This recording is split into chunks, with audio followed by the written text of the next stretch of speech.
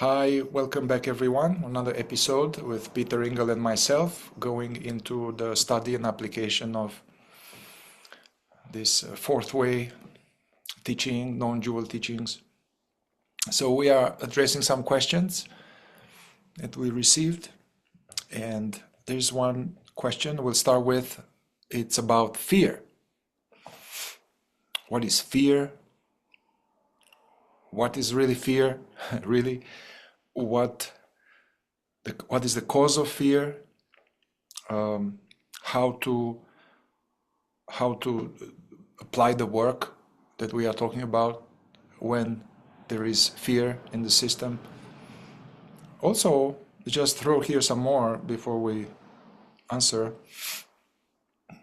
Various spiritual teachings and masters, they talk about as they get to more higher, prolonged, deeper states of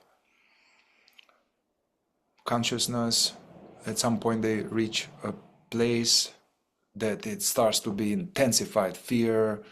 You know, if you remember David Hawkins and other teachers, they talk about this being at the threshold, and if they felt that they'd make one more step.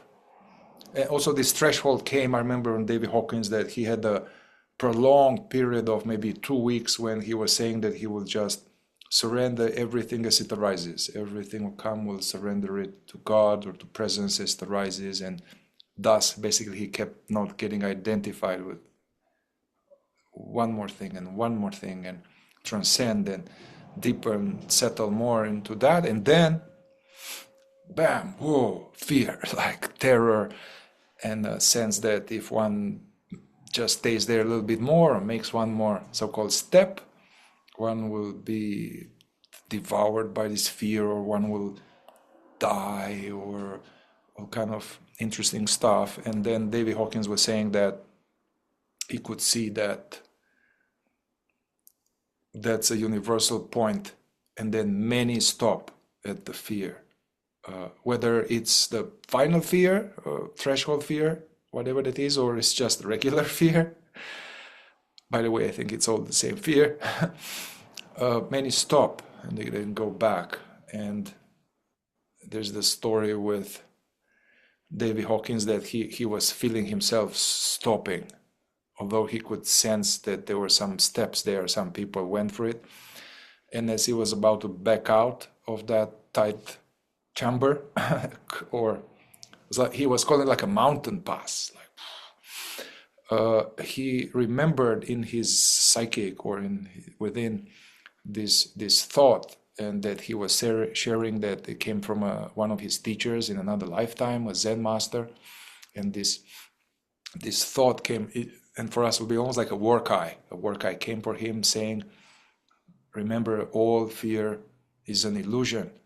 Walk through it no matter what. Walk through it no matter what." David Hawkins was saying that when that when the thought came into his consciousness, that was very powerful, because it was not just the theoretical stuff from books, but that was a transmission of his teacher who was living like that. It wasn't like book knowledge, it was being. He has done that. And therefore, that thought had the seal of the being of somebody who has done that. So then he remembered that, and then he stepped forward, and David Hawkins was saying that he had some time that was probably in earthly life, a few minutes of extreme terror and terrible stuff, and then it opened into the divine. So that is more of an extreme case. So yeah, so let's start with that. So what's your sense that what is fear, and are there different types of fear, and what's the cause of it, and what's the role of fear in awakening spiritual life? It seems like it's not a mistake, it's not a problem. It's part of the game.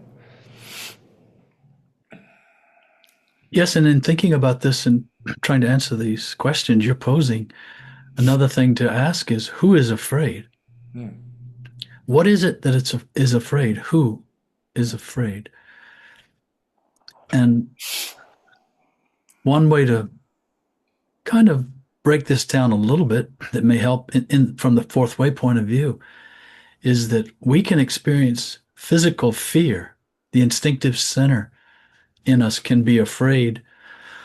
Let's say I cut myself recently, for example, and I knew that when it happened, it hurt.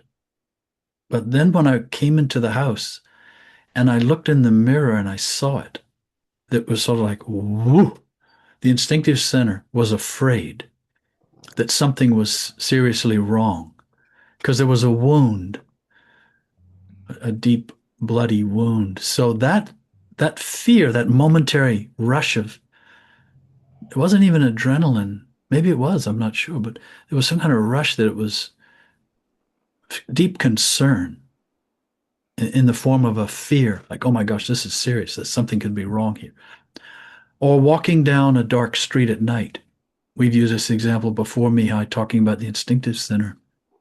Our physiology, our instinctive physiology starts to get on alert, and then we hear a noise or we see a person or someone's approaching us. We may feel instinctive fear. This is the body afraid of harm being done to it. And this is normal. Can be healthy. Fear of this kind can be a warning. Like even what I described, coming in the house and seeing this wound, it was like a warning. The body was sending a signal. Better do something here. Better attend to this right away, kind of thing. So it can be a warning. And in that case, who is afraid? Well, the body in right order is, and it's interesting we call it fear because we say that word, we think we know what it means.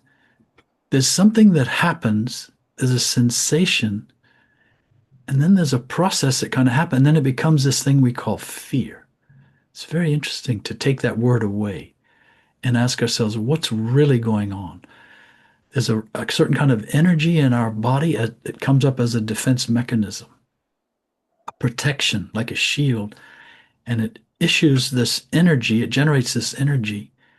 We call it fear. It's kind of like a heightened physical shielding or something. But it's very interesting to look at fear because then what happens, and this is another form of fear, and this is when we start to experience something like what I've been describing in these examples. And now our emotional center gets involved. And ironically, the emotional center becomes afraid of the instinctive center's fear. Mm-hmm. And now this is another layer of fear. Who's afraid? Now emotionally, we become distraught. We become heightened and energetic and defensive and maybe overexcitable. So now the emotional center is involved in its own reaction, which we also call fear. But again, to take the word away and look beneath this word, this label, and say what's really going on, it's a strong degree of reaction. It can have an adrenaline quality about it. And now you have two centers. One has laid a feeling of its feeling of fear on top of the other feeling of fear. So this is in the fourth way. We learn to observe ourselves with these through these lenses and see what is fear. And so but fear can also be, the mind can have its own form of fear and what we call negative imagination.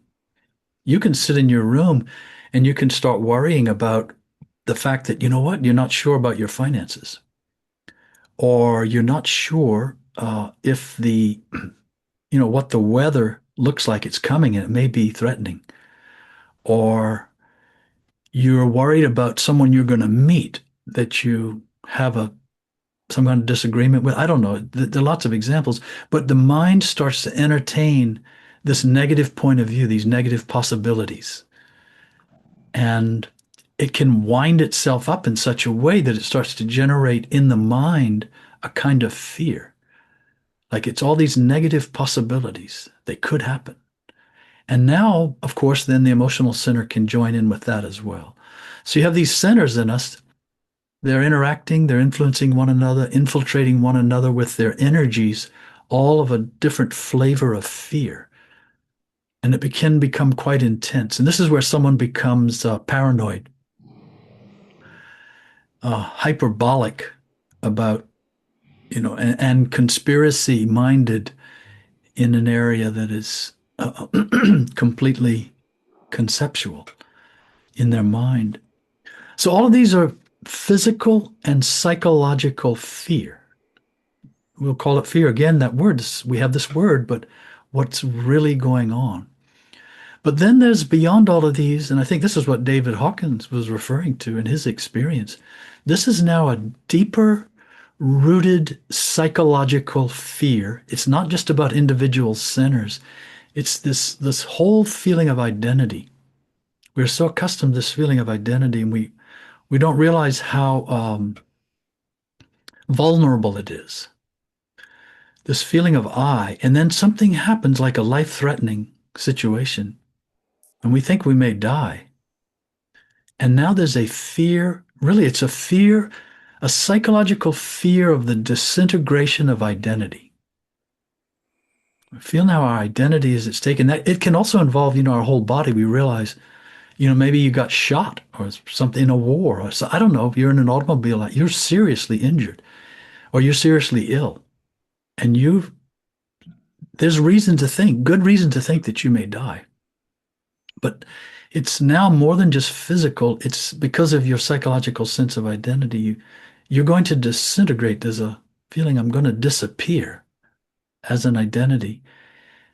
This is that threshold I believe he was talking about.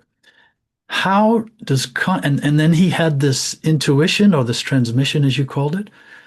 A voice in his head said, wherever it came from, who knows, but it said, all fear is an illusion. Keep going no matter what. Walk through that fear.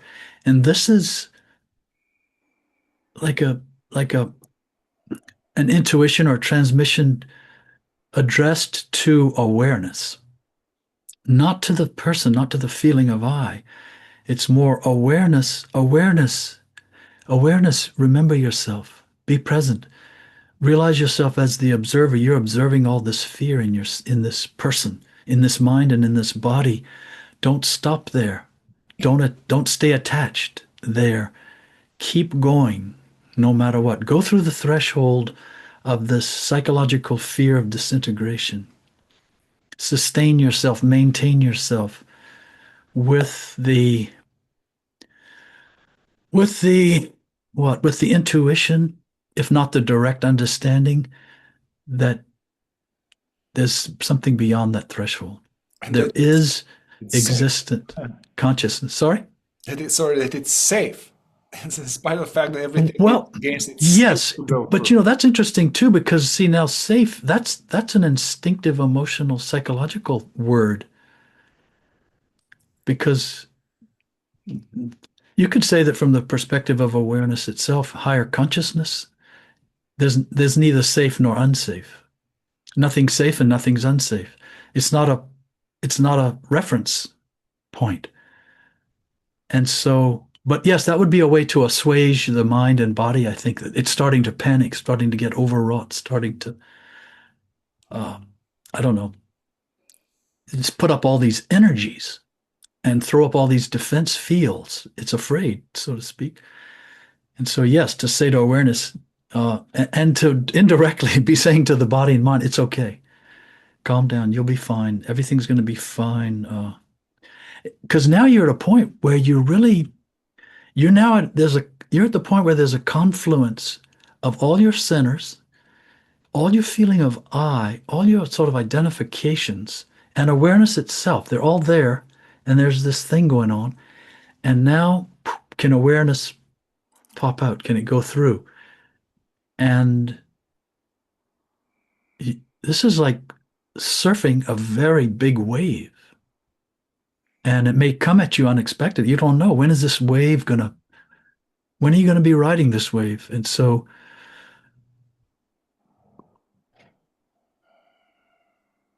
I would say that in my own experience, I would agree with David. It is a big threshold. Is it the final threshold? It's certainly one of the final psychological. thresholds where awareness has to know that if the body and mind disappear, shut off, shut down, disintegrate, that it will not. And from another point of view, all the things we ever talk about, Mihai, and all the practices from non-duality, from the fourth way, from other systems, even from religion, all of them are preparation for really for this. They exist for themselves too, but ultimately they will contribute as a form of preparation when we reach these kind of thresholds. But back to the beginning where I started, it's useful to ask, what are we talking about? Who's afraid? What's it afraid of? What kind of fear is it? Can we see it? How well do we understand it? All worth looking at more carefully, more consciously. Yeah, so what you said that, can be instinctive fear, the body, and the idea is that this instinctive fear is wired in the body, and it is necessary to ensure that we are, so that the body survives, so that humanity survives, and the body survives long enough to have a kid, so that humanity survives. So there's that, but then there can be the emotional center can hook into the instinctive fear. It can be fear of feeling that. There's fear of feeling that. And then also can be, people can have emotional fears, psychological emotional fears. And then the intellectual center hooks into that. So now we may have thoughts. And that's an endless things we can be afraid of, and a fear of running out of money, fear of not being good enough, fear we are going to be discovered as a, how do you call that, imposter, or fear of fear of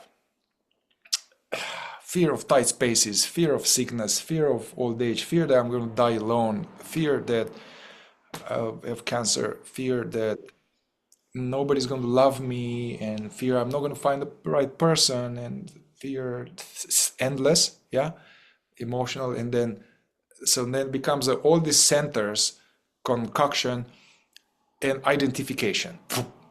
So it feels like, hey, who is afraid? In a moment you ask someone who is afraid, it will be like, well, me, I'm afraid. But that means that which is aware is now totally sucked into any and all of those fears. It's good to ask oneself too, what am I most afraid of? And I don't mean I'm most afraid of snakes, or I'm most afraid of getting a tetanus shot, or no, what am I most afraid of? Am I most afraid of failure in my mind? Am I afraid of failure? Am I afraid of uh, sort of passing into nothing, out of form, disappearing, all this form? Am I afraid of getting old and my appearance, my physical appearance changing, where I become less handsome or less pretty or less attractive? Am I afraid of being debilitated physically? Am I afraid of financial ruin? So it's not that you have to have an answer to this either, but it's good to kind of look at it for yourself and see. And why am I afraid of it? Who is that that's afraid? And why is that I afraid of that particular thing? And maybe my neighbor across the street would answer the question completely different than me. Why is that?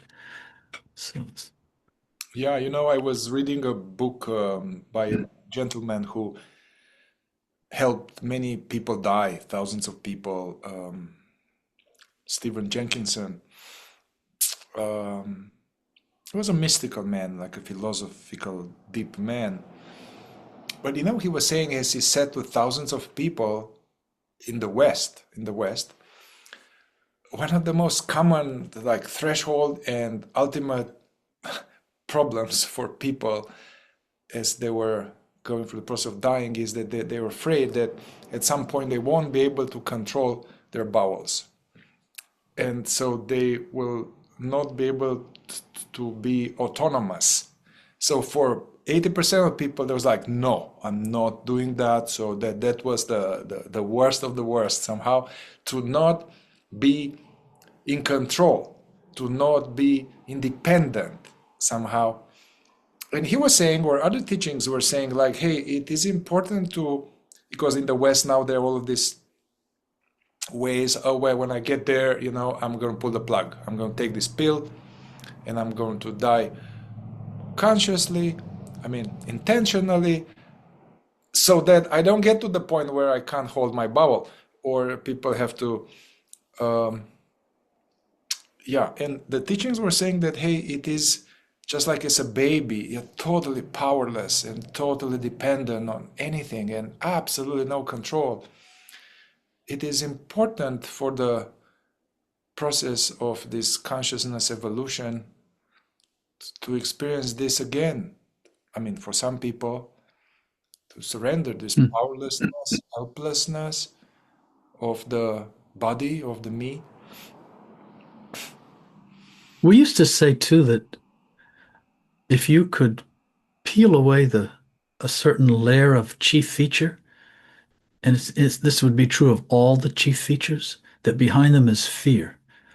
Actually, that we used to say that if you peel, let's say you have a power feature, dominance feature, or you're very willful, or you're very nonchalant and don't care about anything really, lack of responsibility, lack of accountability, whatever it is, if you peel it away, the first thing you would see is some kind of form of vanity, a feeling of uniqueness. I am, after all, unique.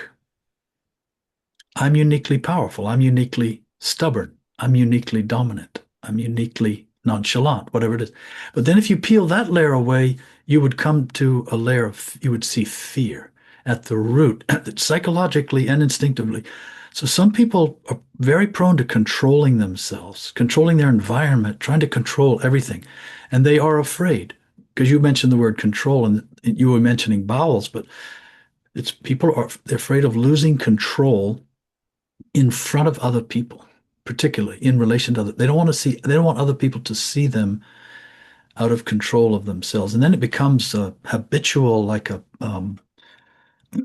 what's the word I want? Not an addiction, but you become eccentric. Sorry? A compulsion? Yeah, like a strong compulsion. And now everything has to be neat, let's say. You have to control your whole environment. And then other people, their fear is they're afraid that they really won't be liked. They're really afraid other people won't approve of them. Other people will be disapproving of them. And this becomes their focal point, and their identity starts forming around that. And it's all based on fear behind their, say, they end up trying to do good for others. And they're helping other people all the time, and they're trying to do all these things. And it's because if they could see it, they would see behind that is a fear.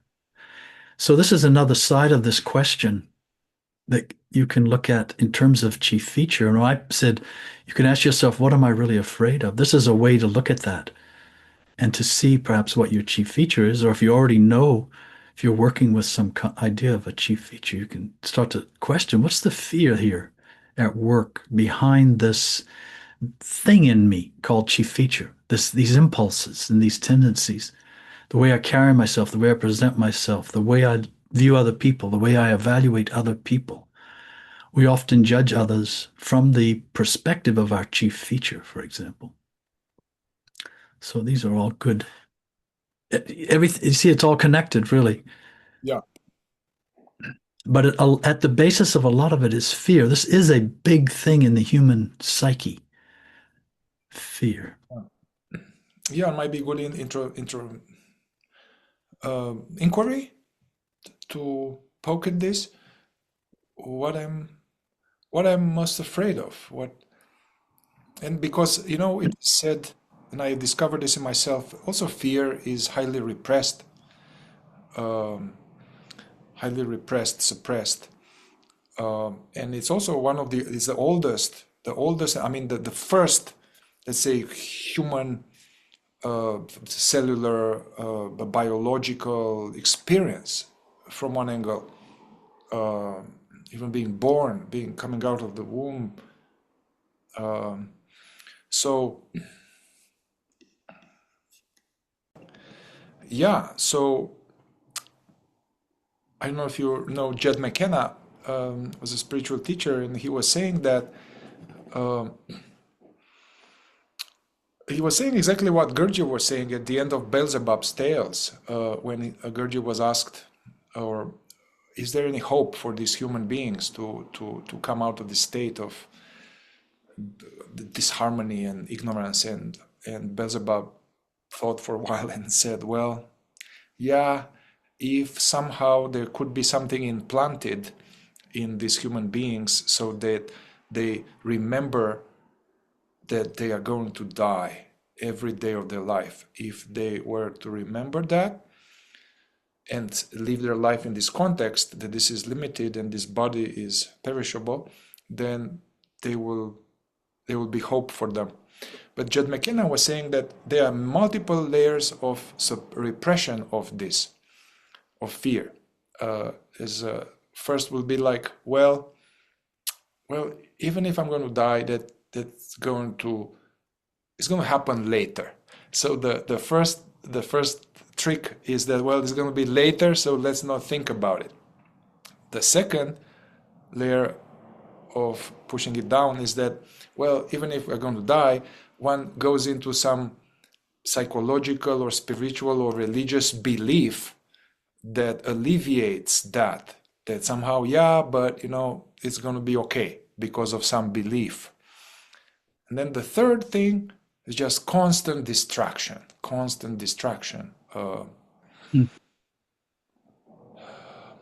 Another idea is that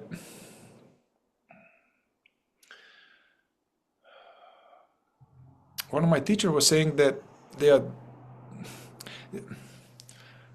saying two things which are almost contradictory. One is that all the fear of being kicked out of a group, fear of abandonment, fear of all of this, all kind of fear is just one fear.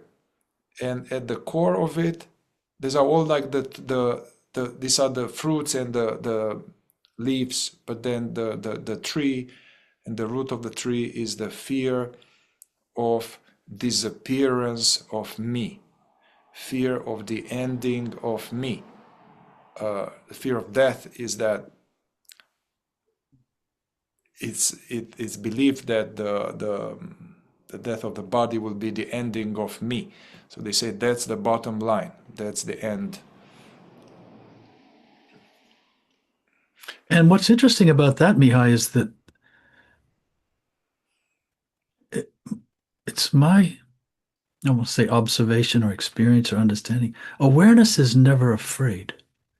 That all this what we're talking about is coming from this human, this celluloid, psychological, physiological device, mechanism, and this feeling of identity.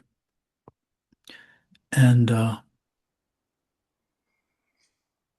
it's worth, I'm bringing this up because it's worth noting that when we are afraid, right now, today, in our life, when something happens, how is it that we know it? It's because something is observing it. Something is observing these different forms. We've mentioned several now different forms of fear, albeit all of them connected to this one you're saying, the fear of disappearing, disintegrating as a me, that something can observe this. What is that? And that is exactly what will keep going through the threshold. And how well does that know itself? How thoroughly, comprehensively does it cognize itself as just the seeing from this background or from this vantage point of just presence without identification? This now, even as I talk about it, I can feel the energy in myself changing. This is different now. What observes is not that which it observes. What's seeing is not what is seen. And the seeing, the seer or seeing, doesn't see itself. but it knows itself. It can know itself. It can know itself more and more consciously. And fear is sort of the ultimate test. And so when we experience it in small forms, we can look at it as kind of a test, a real practical practice. And it doesn't mean that we will quell the fear. This is another mistake people have. Well, I've got to overcome all my fears, so I'm not afraid. No, that isn't important. What's important is seeing the fear and not this awareness, this consciousness in us, not attaching, not grasping it. And so, because that intensifies the fear. And so we're not trying to quell our fears. We are trying to observe them as impartially as possible from sort of from a distance, like standing over here and looking at yourself and seeing Peter afraid. And it's okay for Peter to be afraid. This is very human. To be instinctively and psychologically afraid is it's part and parcel of being a human being. You know, Francis Lucille was talking in terms that he was saying that in terms of awakening and the spiritual practice, there's this biological fear, instinctive fear. You know, you try to cross the street and something goes, and there's a quick fear that will run through the system, and all of this in the night. And he would say that, hey, don't worry about that. What the issue is, that's a psychological fear. The psychological fear is the issue. So be interested and investigate. You know, investigate, allow, de-identify with the psychological fear. And he was offering these two paths. He said the path of the warrior, which is, you know, whenever it comes, to just go for it and not avoid it, not resist it. He will even say, let it devour you, man. Just let it devour you. And then he will even chuckle, saying, yeah, and see if it can. So that will be, and this way you can go all through it in one chunk, wholesale. He said, well, that's an option. Some people it happens like that. And then there's the path of the diplomat, which is like the fear comes and then you go into it as much as you can. And then it's like, woo, it's hot. Then one backs off. But next time one tries to go a little bit more. So I don't think we have a choice around that. I think that's what happens. I thought you were going to say for the second version, because the first one was just go all the way through it. Let it devour me. I thought you were going to say the second one is let the fear come all the way through you and say to it, come. It's kind of the same thing, but slightly different. Go ahead, fear, come all the way through me. And then again, see if it can, as opposed to me going into this fear, like into this dark cloud, into this storm and trying to get to the other side of it, as opposed to, no, let it, I'm open. You know, I've said before, awareness is the great absorber. Yeah. To absorb, let's say, come on, you're welcome in. Because what fear is saying is, you're not welcome. I don't want this. Whatever this is, I don't want this. Instead, to say, okay, the door's open, come in. And I want you to come in, but I'm not going to attach to you. And by virtue of that, I'm going to render myself so transparent as consciousness that you will pass all the way through me. Yeah. And so, but this can be a good attitude to bring to it as well. Yeah. I mean, in let it devour you and go through it, in that model of languaging, that's exactly what you are saying. Because actually, it's, if we investigate and we stay present in spite of the heat and the temptation to contract into it, the truth is, experientially, is that there's no me, there's no I or me in the fear. The fear, which is in the belly or somewhere, sensation, the fear is in me. There's no me in the fear. The fear is in me, as this aware. Yeah, they're not two separate things. Yes.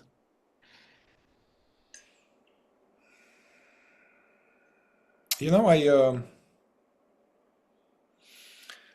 recently, and we talked about this, recently I was going to go through some experience, some kind of shamanic, psychedelic experience with a sort of medicine, which is very, very strong. And then I experienced that a few times before, and each time it was very intense, very strong, and part of it was extremely unpleasant, very viscerally unpleasant, torturous experience, but that was part of the journey. So somehow I signed up to go again for it. and and and even like days before doing that, I would just sit, meditate, and just have the thought that I'm going to sit with that medicine, and then will come all the memory of the previous stuff, and then fear in my body, and then as it got closer in the day, that day, it's like it was really unpleasant, and then I felt vulnerable. I mean, there was a lot of that fear, vulnerable, and not the usual Mihai that I got this, so. And this was before even anything happened. So this was hour before anything happened. So I remember you were giving me suggestions, and I was also aware of it, that there was great practice basically, because the medicine wasn't in yet, so it wasn't Yes. so intense. It was manageable. It was manageable, but it was distinct. That was so-called fear. It was here, and then what's important is to not resist it, because then that's the fear of fear. The fear of fear. This compounds it. So I remember I had hours of welcoming. Basically, I was just welcoming and try to let go, resisting it, and actually use even the breath, like deeper, slower breaths, not to calm me down. There was not my aim to calm me down. Not to have fear, was to not identify with it. And I could see that as it got closer, even to the moment when I was supposed to begin, it got downgraded. It was discharged. It felt like the me was taken out of it. It was obvious that, hey, I am aware of this thing. I'm aware of this thing. This thing is somehow unpleasant, but through the practice of welcoming, through the less resisting it, it diminished a lot, became more like a 3 or a 4 rather than, I am freaking out. It was like a 4 unpleasantness, So whenever you have situations like that, something happening, I don't know, interview, whatever. How did it feel? I'm curious. This is an interesting point too. So that fear that you were experiencing prior to, when really you were imagining, you were in imagination, even though it was based on some memory, you were kind of, when I say an imagination, you had an image in your mind Based of on what it past. would, yes, of what it would be like, and that was making you afraid. But so my question is, when it came to the time, to the moment, and you took this medicine or whatever it was, what did you experience then relative to what you had experienced as fear, Yeah. say a day before? Yeah, there was interesting also, I was raised Christian, Greek Orthodox, and I try to bring this Christianity to be blended seamlessly in the spiritual life that I'm committed to. But I remember I was right there, I was about to inhale the thing, and I was with my teacher that was next to me, and I remember it was like, okay, and I made a cross. Which is, Nice. this is fear. It's like, Hmm. Hmm. okay, I'm Hmm. jumping. God help us. That's what it was. I I mean, see. I could see my father do that. I could see that this, okay. And it Hmm. was sweet because my teacher was sitting next to me, and she caught that. And she looked at me and said, hey, I'm here with you. I was like, oh, okay. Anyway, there was a little bit that felt good. But to answer your question, but first of all, I want to say due to the surfing, or this is second conscious shock what I was doing. Basically, there was intense fear in my system. What was interesting, what was good is that it wasn't going in my mind. I didn't have thoughts like, oh my God, I know what's going to be there. Oh my God, I hope this one. No thoughts at all. So that's an important teaching. As we have different levels of fear, to for many people who are not aware of these levels in the body, in the emotional, in the gut, and they are playing out in the head. So then it's you can't be with that somehow. One needs to find a way to short circuit that and to go prior to the emotion, to the gut, and then to the aware space. Anyway, but due to all of that, I guess transformation of suffering in some way, I was much more calm. But to answer your question, yeah, it was the same thing, which was a non-mental, non-emotional. It's just a Mm. visceral. My body acted out like a fish thrown out of the water and was flapping and thrashing about and screaming bloody hell for like a few minutes. So it was very Huh. unpleasant. But they were so fast. There was no, yeah. And then I talked to the person, the shaman, and she told me, listen, I've done about 40 of these, and you've done about 6 of these. That's how your body responds to this. That's how it is. So, it's how it Mhm. is. Doesn't mean anything. Or whatever it means, whatever. Mhm.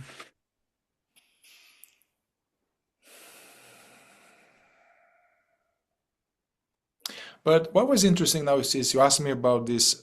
At some point when I done this experience, I was kind of not with my teacher or something. So I was in it alone, and the body was doing all of these things, and until it subsided and it came back to a more state of consciousness, normal state of consciousness. But in this last experience, at some point, my teacher started talking to me as I was in this turmoiled state, and it was interesting as I could hear her, and basically she was noticing that although this was irrational and instinctive, I couldn't have any control of it. She could sense that I'm trying to get out of it, some kind of a deep trying to get out of something unpleasant. And she even like put her hands on me, was like, hey, just fall, let it right here, let it right here. So it was interesting. Um, that Mm. whole flapping like a fish was from one angle fear again, fear of unpleasantness and um, trying to get out of it, trying to get out of it. That's what we all do. We are trying to get out. The ego is trying to get out of unpleasantness. Mm.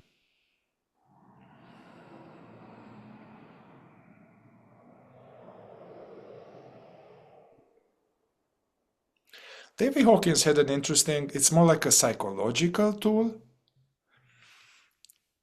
When you notice some fear, to be like, okay, well then, what I'm afraid of. I'm afraid that, I'm going to lose this job. Okay, feel that, let it be. And then what? Let's go with it. Can you go to the end of life? Well, I'm going to lose the job and I'm not going to find another job. Okay, and then what? Well, I'm going to food stamps. I'm going to food stamps, but it's not going to be enough. And then what? Well, then I lose the house. I lose the house, and I'm going to be the refuge. I'm going to be in the gutter. I'm going to die in the gutter alone. That's what's up. That's it. So he was trying to Mhm. push the psychology to not Yes. squirm so much, to face it. Hey, Yes. then what? And then what? And then what? Gene Klein had an interesting analogy, very similar, that I read in one of his books. And he said, when fear comes like this, treat it like a train that's leaving the station. Run, grab hold of the railing by the door and jump onto the train and go with it and see. Yes. So catch that train and yeah, take it to the end of the line. That's kind of what your example was. Go ahead, take it all the way to the end of the line. Yeah. But This is fascinating because you see, when we try to do this now, I'm sorry to, no, I'll no. just finish quickly that this is psychological discovery. and psychological investigation, observation, and it's curious that we can even can do this as a human being. We have a psychology. Animals don't.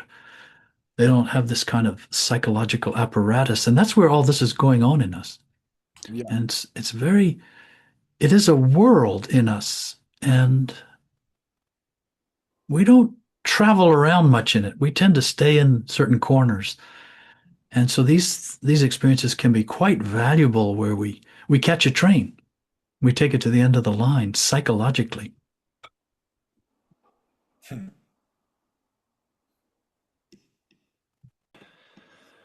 Well, Peter, we went with this topic. It's so simple and so rich. Yeah, it seems like we went all the way to the root of it, and I want to explore that more. But also, I'm aware of this, um, that for most people, they are not in touch with this fear. It's really, really buried. Um, and actually, with my current teacher, often she will tell men, or like, hey, you're freaked out right now. What's going on? And the man will be like, no, I'm good. And then only later they'll be like, yeah, actually in my belly, I'm kind of, yeah, I'm afraid. So somehow there's a deep, especially for men, mechanism of that is pushed, and we so trained ourselves to keep going, to ignore it or to avoid it, to suppress it. So from one angle,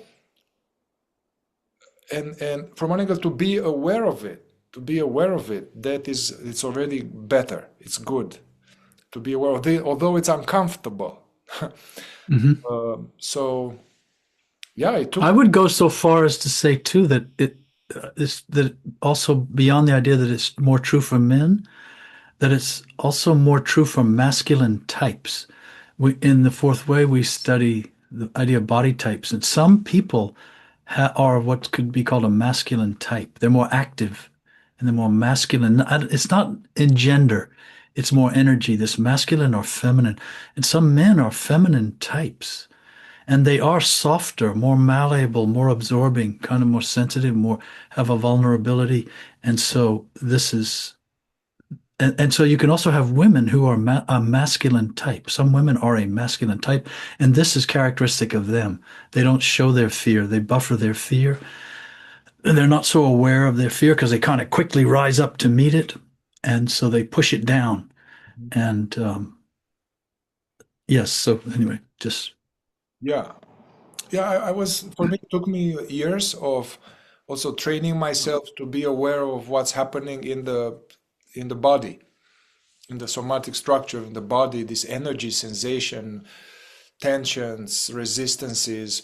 I couldn't I couldn't be aware of this because before my head was full of eyes and desires and all kind of stuff. So I was more like living in the head. So when the head got more quiet, then one becomes aware of this, the emotional body, and that's really unpleasant. So from one angle, it's counterintuitive because one will be like, okay, I'm doing the work, so it should get better and better, and I'm feeling more peaceful and calm and more ananda, more bliss and peace, and but that actually the bliss and the ananda will actually come after going through all these layers of yuckiness in the body and the fear and all of these things. So I'm even now, I mean, sometimes I wake up in the morning, even I'm still in bed, and I notice this like queasy, unpleasant energy in the solar plexus or belly, and that already is like, I don't like this. So I train myself although I'm not quite up yet, but this the task is on the desk. My assignment is on my spiritual desk right here to welcome it and allow and breathe, and then sometimes like, man, what is this? Because I have no major thing happening, no major problems. I'm grateful, everything is good. But yeah, what is it? That's a fear signature. It's fear. I don't know. So I think there are many opportunities to practice and to practice noticing and to practice not resisting it. Yeah. So not And this reminds me, this idea that this is very interesting what you're describing. I know it well, and I'm sure many people do. And to me, it's linked to this idea that we either feel desire and fear are behind so much of our human existence, and we either feel there's something we don't have that we need. yeah. And this is kind of the desire side. And the other side is there's something, what's the other side? It's that Bad is we, going to happen. yeah, basically, yeah, instead of something, there's something we need and we don't have, and therefore we must be trying to get it. Or there's something we're afraid. That's not quite right. It doesn't sound right to me. There's some other side of it I can't remember right now. But my point is that you can observe that, you see, because both of these things are buffering the present, just being present, just lying in bed there when you first wake up and just be there. Presence, not you, the person, so much, but for presence to be there. And then for it to be there as you get up and you do your day and all that, that there's a feeling, a deep rooted feeling, I need to be doing something else. I should, or I need, I ought to be doing something else right now to get to something else. And that's not true. This is completely not true. We need to do the things that we need to do as they happen. We don't need to be doing, uh, we need, if you took that away, let's say it that way, if you took away that thing in the belly and all that, if you took it away, what would be left? You would be left with where you are, just simply doing what you're doing. So this is a deep knot in us somewhere. I feel I'm not doing enough. I must be doing something more. I must be something like this. And it reminds me too that it may not seem like fear, but to me it's closely related, and that is doubt, and particularly self-doubt. This is a good kind of thing to taste as well because it's almost like fear. It's sort of, you can, for example, in this work, feel you're making so-called progress, or you're advancing, you're expanding, however you evolving, however you want to call it. And then you will enter phases of doubt. And you think, no, this isn't working, or this isn't right. I need to do something else. I need to, because it's not working. I haven't been doing it right. Something like that. It's a kind of fear. It's the same thing. And in both of these cases, with the fear or the doubt, what happens is we go into a compartment. We go into a certain psychological compartment in ourselves, just like right over here. And we're no longer aware of the whole, everything in our whole life. We now go into a compartment. We draw a conclusion and we look at everything from that compartment. And now it's doubt, or now it's fear. And so this, you know what it comes down to, Mihai, is that it's odd to say this because it's not true of awareness itself, but it's true of the rest of our centers and body, mind, psychology, feeling of I. We are afraid to exist. We're afraid simply to exist, to be. Isn't that odd? That makes sense because as a biological thinking, Yeah, like a lot of bad things can happen and it can hurt. yeah, yes, yes, that's true. And at the same time, but why is it then that when people are perfectly safe, they're out of harm's way, nothing bad is happening, and they're just on their front porch, and there's nothing to do, they can't bear it. They need to get up and go fix a cup of coffee, have a cup of tea, go work in the yard, Yeah. read a book, call somebody, check your phone. There's this, it's like an uncertainty, a discomfort. It's a discomfort of Yeah. to just be and to sit in that chair in your living room or wherever for 5 minutes can be excruciating for many people. Yes. And this is worth examination, careful examination. Why? What in me is keeps keeping me? from myself, my true self, just being present, being here. Yeah, this is what I noticed. Some people, in myself, but now I'm more okay with it. Some people, fear of being with yourself.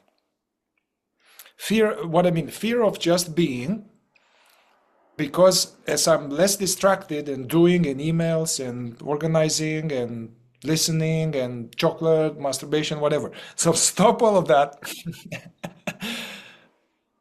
And there is this discomfort because now I have no choice but to be present to all of these eyes, feelings, beliefs. It's uncomfortable, fear of being with yourself. And that's why I notice people, we can't meditate because, yeah, there's this, again, fear of feeling. Fear also, okay, some people, I'm in Nevada County here, it's a lot of marijuana. And some people say, well, I not, no, this is not for me because when I smoke, I get paranoid or anxious or whatever. So what I noticed is that what that is that they smoke marijuana, and then now it takes this layer of distraction and is just now with yourself, and then stuff are trying to come out. Oh, my unresolved thing with my ex, or my this, or my things is starting to come out, but my system is not used to it. It's like, whoa, whoa. So there's fear of what may come out. And now that is paranoia, or that's anxiety. Or often what's called paranoia is that it shows you this paranoia is already inside me. I have all of these paranoid thoughts. I'm now shown.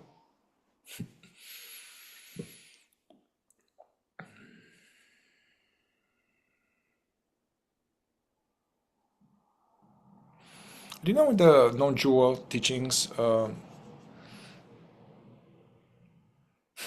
In the sweet story with Francis Lucille, his how he started spiritual work, which is funny, is that he was very anxious about women, and he was like more of a intellectual, nerdy type, and he was very inconsiderate. I guess he was anxious about being with women, and he was paralyzed, and he said he went to a psychologist, and then was trying to help him overcome the fear of women, fear of this, and they will put a chair, okay, imagine, and so he will imagine just a not so beautiful woman and talk to her, and then the fear will come, and then imagine a beautiful woman, and then there's the fear. And so he was starting to look into himself because of that. But then he very quickly came to Jean Klein, and somehow he got to way under. Basically, the source of the fear is he realized that it's the imagined separate self. And then he kind of forgot about all these psychological ways to improve himself and be more confident. And so he started to, this sense of imagined separation to diminish more and more. And he noticed that his fears, all these fears, kind of collapsed by themselves by going to the root cause. What's interesting. So that's what the idea is, that if we know for sure, if we have somehow got the revelation, not just intuitive or intuitive belief or intuition, but to get the revelation, absolute certainty, just like we know that, I drop this and it's going to fall on the ground, gravity. I trust it. I know it. It's a fact. To have the revelation that that which is aware right now is not dependent on the body, and it's not dependent on the brain, and it's absolutely not perishable at all. Not perishable at all. Then where would our fear be? That's the thing. If that was like that, then a lot of the fear will be no problems.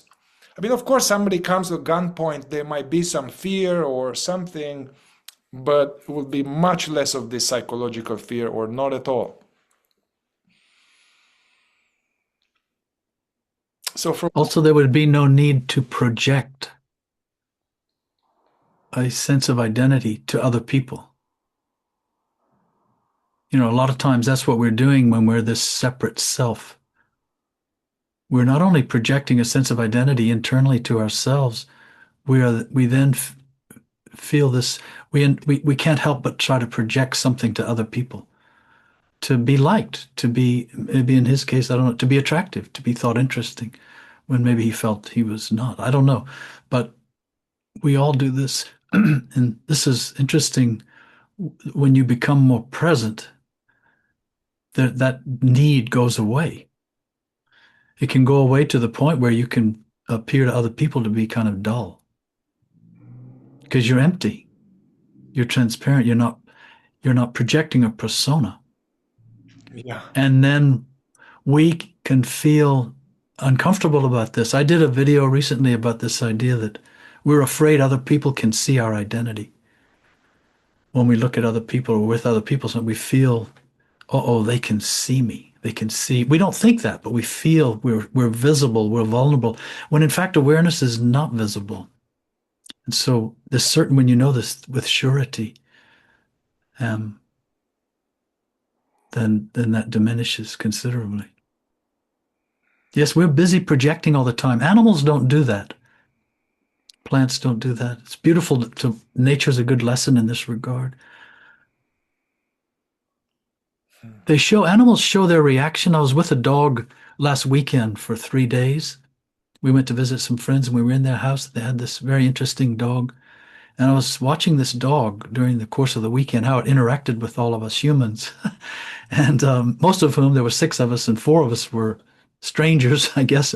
We didn't live in the house usually with this dog. And it was so interesting because the dog did respond. It did show it was responding to things, but it was never projecting a sense of I.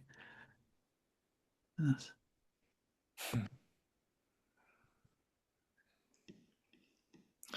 well, we talked about these various deeper levels of fear and where it's coming from and the fear of fear and all of that. But I feel like if we can offer some guidelines or tips for this level that many people are struggling with as they begin the work. They are not Hmm. aware of these things we'll talk about, and their mind, their head is full of just this worrying thoughts and worrying scenario and this or that. Yeah. So the one is at this level. Hmm. Uh, how can one work with this from the point of view of fourth way or non-dual or fourth way practice?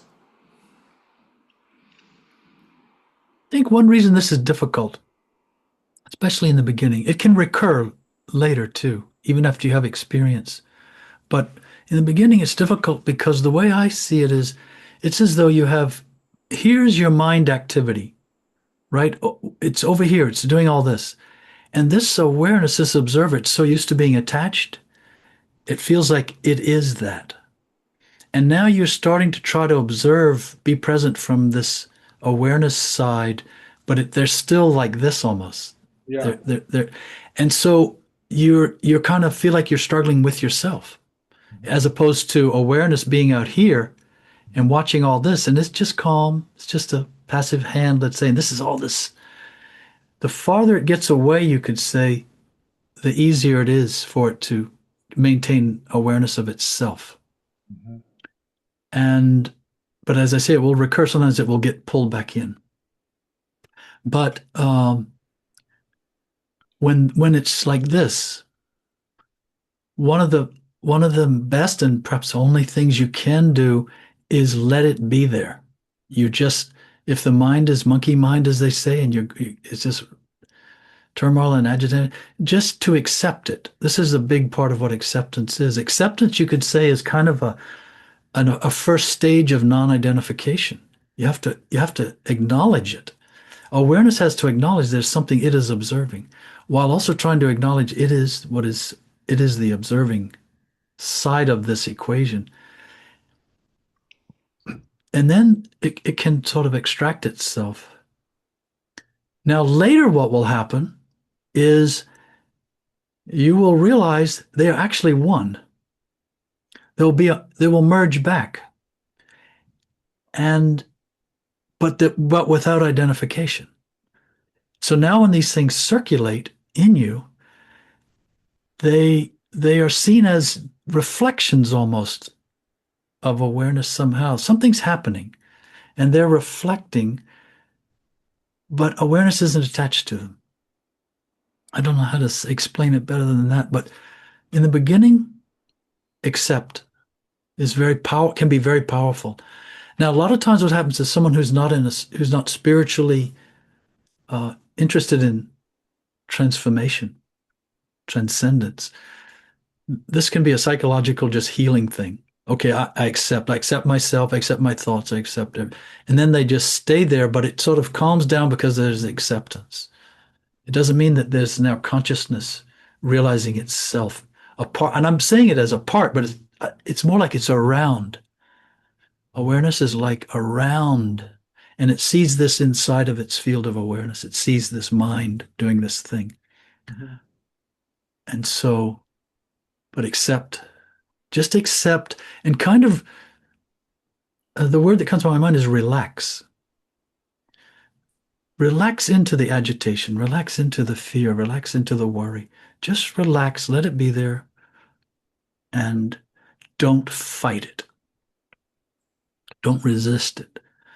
Don't fight it, and don't try to make it go away. Because the more you try to make it go away, the more it intensifies. Your grip becomes stronger actually when you try to make it go away. Yeah. So those are some things that come to me, my mind right now.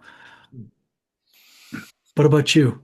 Well, I would say that, yes, I totally agree with why is it hard, what you described, because consciousness is somehow still so used to being sticking to the content, so it's limited what I can do.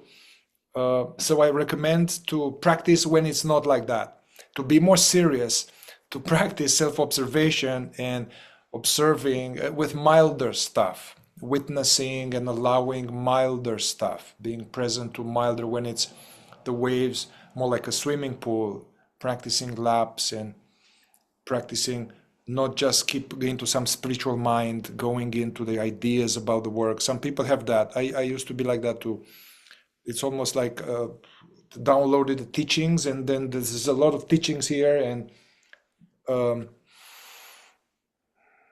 yeah, to practice kind of witnessing, practice being, and practice being more like with the less of the mind forms, because we are caught in the mind forms because there's not enough attention. If we had more attention with what is, there will be less in the mind forms, sensing, hearing, feeling, reality. So I will enhance that muscle of non-identification when it's calmer. I notice this with people in my group. You know, they can't do it with strong stuff, but they keep practicing, and then slowly they have insights. Whoa, I noticed that, and I noticed this, and whoa, and I could, all my life, I would now go for a spin with this bad email for like 2 weeks, be like a victim. Somebody told me, I got this email, and I could see like all my life, I will just be so upset about this. But I caught it. I was like, you know what? Nah. And it became a minor inconvenience for like 5 minutes. So that's what I recommend.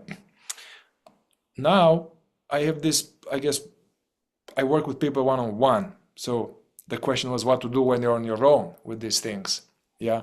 But they say if I am with someone, what I do who has a lot of mind stories, I know that what I'm trying to do, I mean, hear them, empathize, passing past that, then I'm like, okay, man, I hear you. Okay, how about let's drop in? Because I see they are away from themselves into the spinning of the mind. And I was like, hey, let's drop in, let's take a few deep breaths and let's get more conscious. I don't want to get more calmer because from one angle that's resisting. So let's get more present and take attention away from the mind and just get more present. And now Then I asked them, hey man, what's going on in your body? Before they were telling me all this story, all these terrible things that may happen. So now they they still have the tendency to go, yeah, in the another problem. But it's like, hey, but where do you feel this in your body now? So then I bring them to that, and then what I do with them, have them help them with my borrowed consciousness to help them stay present to that discomfort and coach them. Hey, I know it's uncomfortable. How uncomfortable this is right here from 1 to 10. 1 is really mild and 10 is really unbearable. It's like 911 call. How uncomfortable is it? They're like, oh, it's like a 4. I was like, whoa, okay. So let's let this 4 be here. Let's not even call it fear. Let it be as it is, sensation, energy. You're aware of it. So I'm coaching them to diminish resisting. Because what I discovered, the resisting of the actual somatic energy arising is what contributes to that it goes in the head and plays out all these things. So I'm doing that as they are more quiet head, and that is, yeah, basically the fact that they are resisting that thing, it's so intense. So I'm coaching them almost like once they are in touch with the actual discomfort. I can't coach them to not resist the mind loops, imagination, but once they are in touch with this, things like, Rupert would say this, which is interesting. It's like, hey, can I be with this for the rest of my life? Can I be with this? Because from one angle, it's not a kidney stone, it's not a headache, it's not a toothache, it's pretty mild. Actually, it's not going to kill you. That's what Francis used to say. Hey, man, can you just let that be there? It's not going to kill you. These are things to diminish resistance. And then what I do next, I go back a little bit to the psychological, like, hey, if this thing in the belly, this fear, okay, it's fear, okay, we allow it, it's okay to feel this. If this fear were to say, what would it say? I'm afraid she's going to leave me. I'm afraid that. So just to articulate the simple thought coming out of the fear and just let it be. With somebody who is overall more present, just stating, making the fear conscious calms the system in a strange way for some people. Just put it out there rather than it's hidden. I'm afraid of something I don't even know. So anyway, what I do, I guess if I am with them in this person and we do processing, I just coach them to be more present to this radioactive thing and resist it less and unpack it.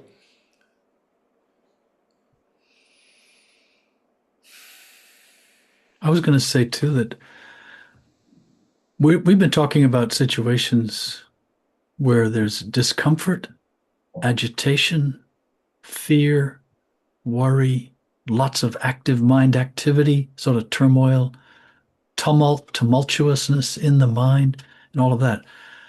And that's because we're like this. But what you can also try to do is when you're comfortable, when you're smiling. So you can look at a smile, you can observe a smile the same way you can observe a worry. And what's observing is the same. And so when we feel good, when we feel happy, everything seems wonderful, to observe that also. And to see that is not me either. That is simply the condition of this body, this mind, these 4 centers at this time. And this serves as kind of, and then you start to see the contrast. You go, oh, well, that's interesting. I so clearly saw myself grimacing a half hour ago about something, and I so clearly just saw myself smile. And we want to take them both.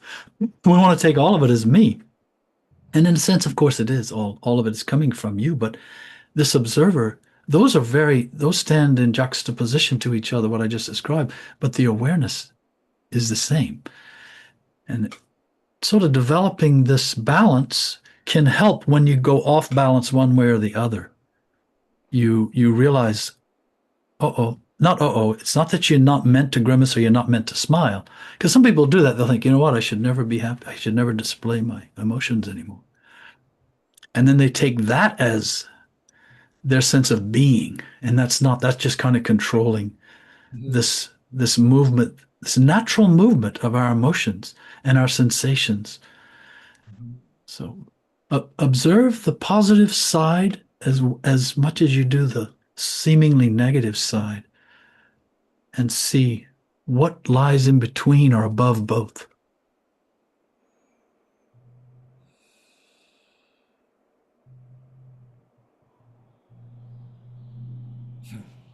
We don't realize it, but their eyes in us, they wear their own kind of mask. So I was just thinking, like, we make a face. It's like a mask. We change our mask. We're interested. We're we can smile. We can put on all these masks, yes. And what's happening inside, if you look closely, you'll see these masks inside. You can see the mask of fear masquerading in yourself. You can see the mask of confidence masquerading in yourself. You can see the mask of worry or doubt or all of these things we've been talking about too. And you can kind of start looking at them and seeing there's this projection with a kind of a psychological mask inside. And you're caught in it. You're captivated by it. Your awareness is believing itself to be all that. Just as we want other people to believe that we are what they see, that we are what we project to them. Hmm. You know, I it came to my mind. There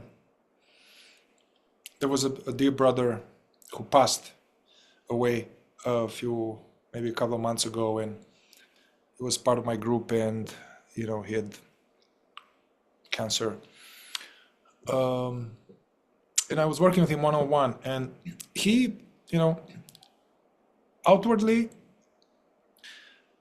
he met it so gracefully, and he would accept it, and so there was not a lot of deep resistance and freaking out. There was a graceful meeting of this, inspiring. But sometimes he will come to me, we'll have a session, and I'll be like, "Hey man, how are you?" It's like, it's like some restless and a little antsy. When people say this to me, I know that this is avoidance of feeling. So, and that creates the antsy restlessness. So I will be like, "Hey, okay, let's drop in a little bit, let's get present and slow it down." And so it happened a few times that he will have some tensions, and then I'll help him go there, and then he'll be like shaking. He'll be like, I'm afraid. And I'll be like, "Hey, it's okay, just let it happen." And then he'll be sad. But he'll be like, and then he will be like, "Wow, I feel my heart, I feel presence, I feel God." It was like really quick unwinding of this, unfurling of this, I guess, stored emotions that is stored during the few days, you know. So I think the key for awakening, strong statement, but this enhance the capacity to allow feelings, even though unpleasant or sensation, and to keep in housing the house of the presence, so that any visitor is allowed, and not to reject them. Treat all visitors, because we have them like, this worry, but I'm coaching them like, "Hey, how about this worry is like a sweet ragged child freaking out, your child, and it came home to you. You are the house. Can you breathe and allow it more?" So changing the attitude towards the content and diminishing resistance is a I am ever growing into this. This is a ever growing muscle of consciousness.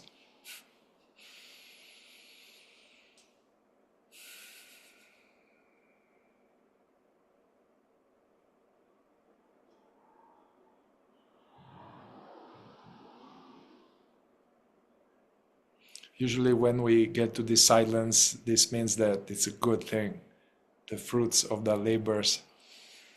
But I suggest for the video to pause it here